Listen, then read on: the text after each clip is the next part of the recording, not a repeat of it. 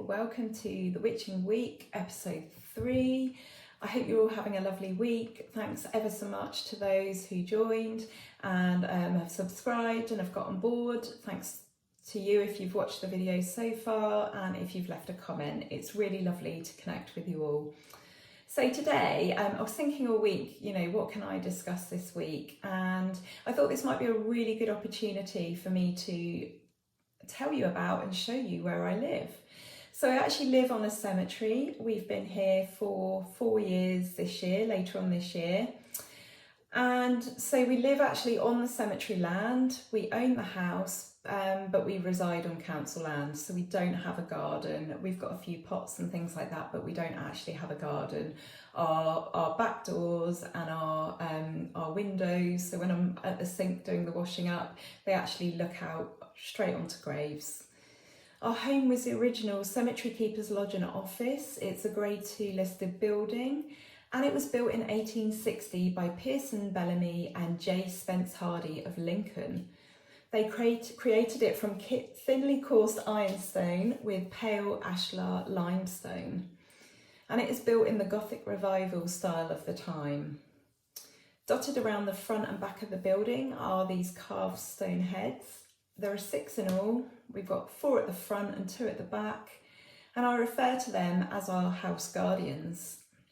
The one nearest our front door is called Copernicus, by us, we named him that. And when we leave the house, I petition Copernicus to look after it for us. And, I consider that he's been watching the house, and people come and go from the building for over 162 years.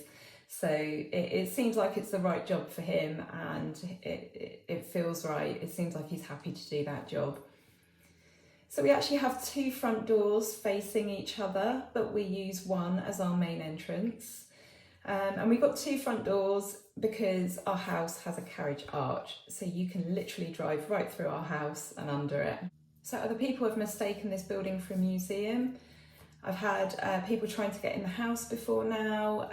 Once when I had some paramedics here and I was all hooked up to a machine, I had my top up and they'd left the front door on the latch, and a guy came in and said, is there a watering can, love? And then you sort of see the penny drop and him realise what was going on and notice his surroundings and see that it was actually a home. And then he's scuttled out really quickly. And I've had people trying to get in the front door. 2 ladies were trying to get in the door once, and when I went and opened it, the lady asked if they could come in and have a look at the books.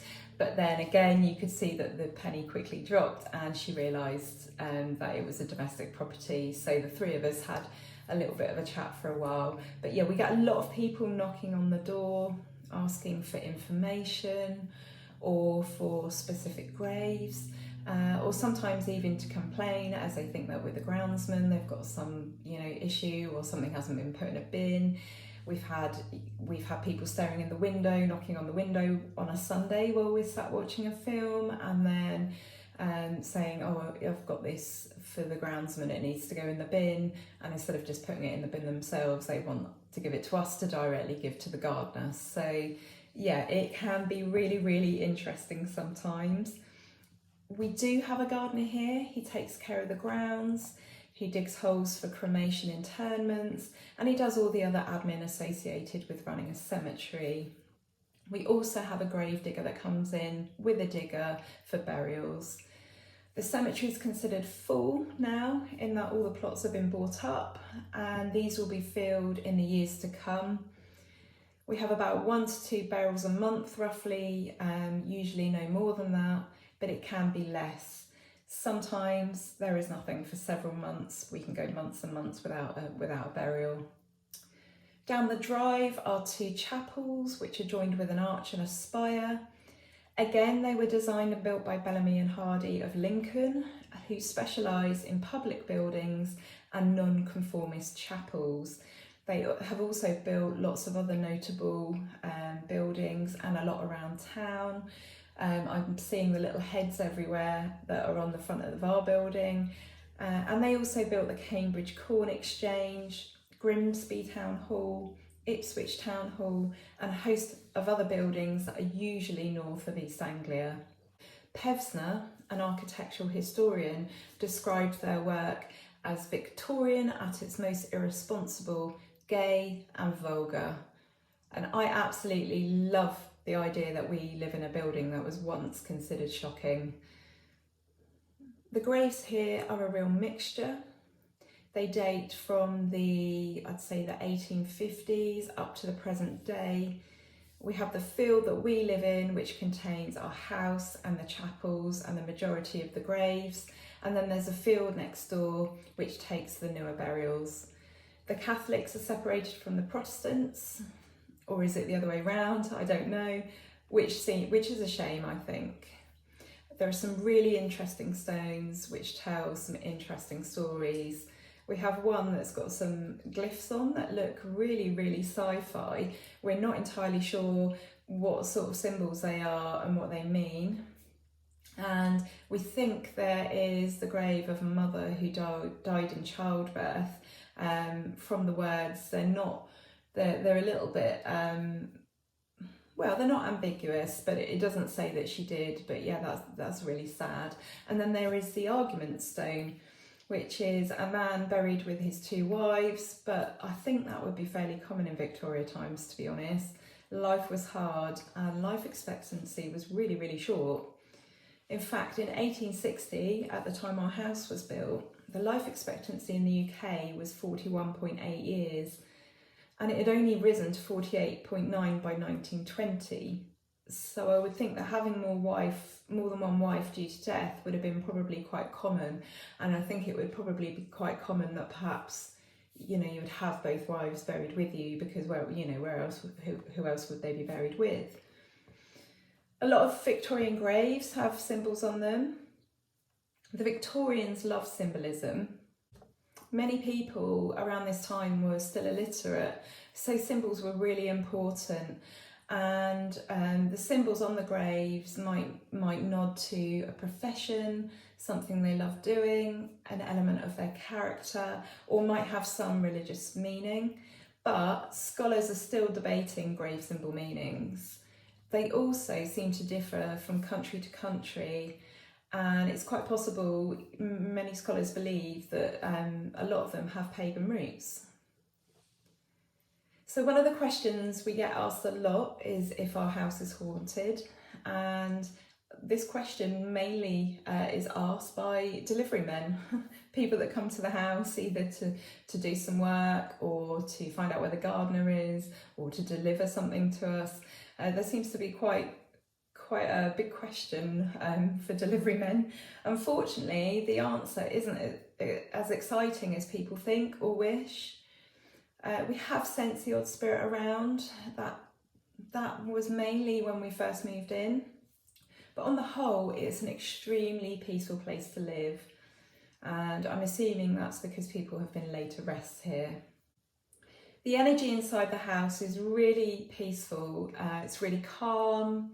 It's really beautiful.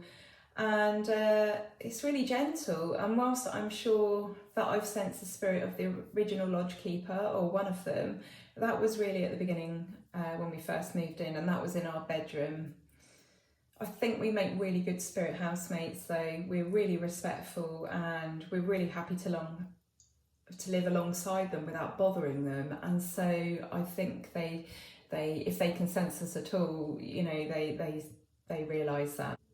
So what else can I say about living on a cemetery? There's lots of wildlife here. We've seen a badger, foxes, loads of birds. We have some pairs of green woodpeckers here. I mainly see and hear those after it's been raining for some reason. And they've got this lovely, lovely sound. It's almost a little bit like a cackle, like a laugh. And they're really, really beautiful. Sometimes we see them just outside our patio door. Being on a site with members of the public can be difficult. I don't want to dissuade from, the romantic notion of living here, and it is really beautiful and it is spectacular. However, we do get members of the public who are obviously feeling emotional. They're coming to mourn, and they can be quite difficult sometimes. So one example of that is when leaving the house in the car, there was a lady who made it really difficult. She blocked the driveway, made it really difficult to get out. She was parked outside, as is correct, and I'm assuming she thought that, you know, we were people that, you know, were somewhere we shouldn't be, and then she had a bit of a shock when we returned with shopping, and she was walking back up the drive. She'd obviously had her visit, and then she saw the car get parked and all the food shopping come out, and then, you know, entering the house, and I could just see her cringe inside because she'd made an assumption and she'd been really difficult. So it can be really, really interesting from that respect. Also, you know, the house itself is extremely damp, it's extremely cold. We have the heating on full whack from September to May usually, and even then we don't really quite get warm enough. When we first moved in, there was no heating on the other side of the house, and it was just like a cold wet. It was like camping, and my clothes in the drawers were wet, and you know, it was really, really awful. The heating's been fixed, but this year we're not going to be able to afford to keep the heating on. So I actually think we're going to be spending time in the garage with a paraffin heater. We looked at it for bringing it in the house, but it really smells and it leaks a bit, unfortunately. With the cost of living crisis at the moment, we just simply cannot afford to put our heating on. So I think we're going to have to stretch and put it on 1 day a week so that we can dry our clothes. But it's going to be a really, really cold winter for us here. The other problem we have is lots of spiders, lots of insects. We've got wooden floors with some quite big gaps between the floorboards. I don't know if you heard that, that's a car that's just come in. So yeah, so it's quite noisy here sometimes. It's peaceful, but there can be a lot of noise going on as well. And just going back to the bugs, a lot of spiders. At this time of year, I am just constantly vacuuming to get rid of webs. I feel really bad. We love spiders, we love insects, we love animals of all kind, but they just overrun if we're not careful, and this year's been especially bad. I don't really think it helps that we've got some ivy growing up over the house, which is a bit naughty as well because we're grade 2 listed. I think there's probably a rule against that. We need to get it down, but I'm like waking up in the morning and coming out the bedroom and just walking into webs in the hallway. They are, yeah, I think by the end of this month when the big ones come out, it's gonna be interesting. This will be our 4th winter here, so probably our 3rd autumn. We moved in sort of end of November, December time. So I would say that we've only had one really, really, really bad year for spiders, and after 2 months of just huge ones every night, I was ready to go to my mum's.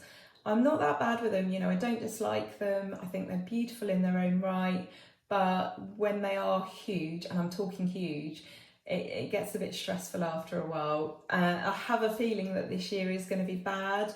In July, I've seen some of the big ones, or hopefully that's it and they've come early and then we're not going to see them again. But I've got a feeling this year that it's going to be bad. It's going to be bad. So yeah, I'm trying to think what else I can tell you about living on a cemetery. It was really, really lovely during the pandemic. Obviously, everyone was, you know, had to stay in their houses and in their gardens. For us, our garden is a cemetery, so that was quite nice. We had a bit of space to move around, and also we had some wildlife that we don't usually see. So we had some deer that came in, and we had some pheasants as well that had basically made their way in from the fields.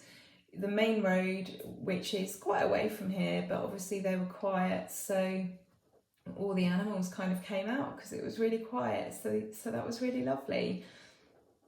So now I guess, now I've bored you to death with where I live, it's time to pull some cards, I think. I'd love to hear what you all have got planned for the autumn equinox. Has anybody got any plans? How are you going to celebrate? It's the second harvest, and I guess this harvest is more centered around fruits, so apples especially. Let me know what you've got planned. I don't know what we're doing.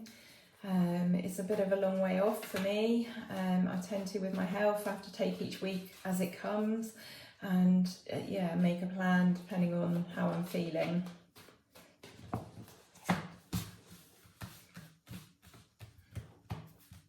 Okay, so I'm just going to pick out 5 cards.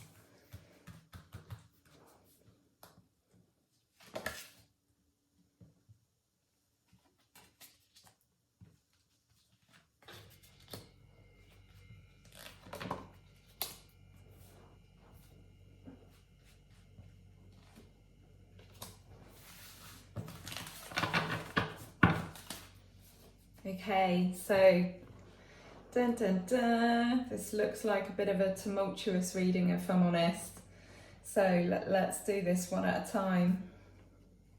The Tower. Oh! The Hanged Man. The 8 of Wands. 6 of Cups.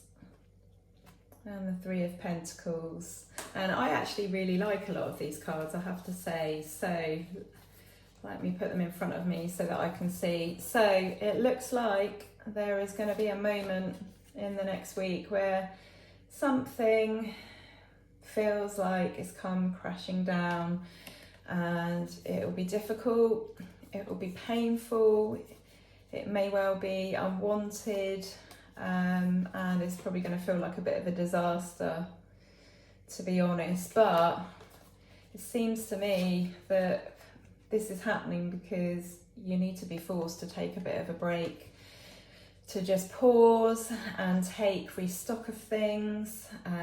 You know, again, much like the, you know, you might not want the Tower moment, you might not want to take this break, you might not want to take this pause, but sometimes we have to stop and take a step back so that we can then continue forwards and take several steps forwards. And sometimes we need this so that actually we can progress. So it's not necessarily a negative thing. And the same goes with the Tower. Sometimes we need these moments. We need these moments to see the joyful things in life, the positivity in life. And we need to sometimes change tack, and sometimes we need to rebuild things. And the thing I like about the Tower is that the Tower comes crumbling down, but there is this strong foundation, that, you know, something you can build upon. And actually I find that the Tower moment is actually about a rising from the ashes moment. So I know this is seen as a bit of a negative card in the tarot by some, but actually I do think it has its positive points as well. So, and the message is very much about going with the flow.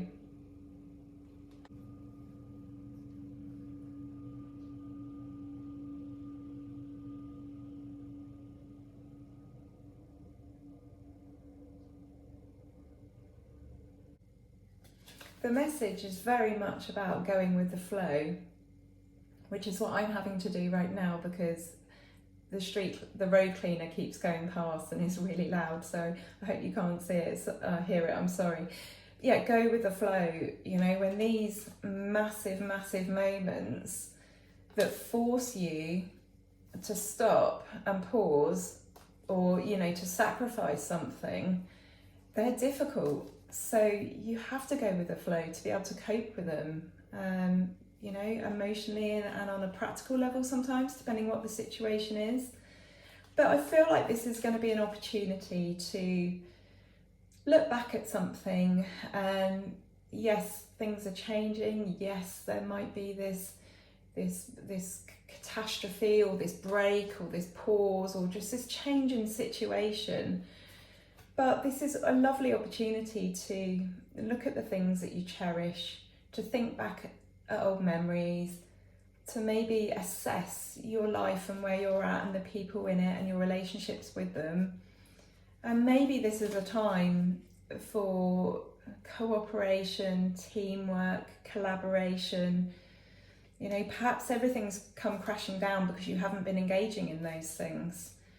I don't know, we'll see how the week pans out, but this message is just to sort of keep all these things in mind. And the thing about the Three of Pentacles is it's about joining your skills and the things that you're masterful at with other people's. So if we actually look at this card, if you imagine an architect, somebody who can design an amazing cathedral without actually getting on board with the stonemason, it is just a design on paper. And so you can be absolutely amazingly excellent at something, but you have to work together with other people sometimes to make things work. So I think that is going to be the way out of this situation, is to reflect, even to reminisce, to look at things and to take the good stuff from the situation. And then the other message is to work as a team. It's all about teamwork life. So there we go. So I don't know, it would be interesting to hear whether this message resonates with any of you. When we get to next week and I do next week's video, it would be nice to hear then if you know this resonates for you. It won't apply to everyone, but certainly I'm going to take that message forward into this week. So I'm looking forward to seeing you all next week. I'm going to be spending some time with my children, and yeah, I'm just wishing you all a blessed week, and I'll see you soon. Take care.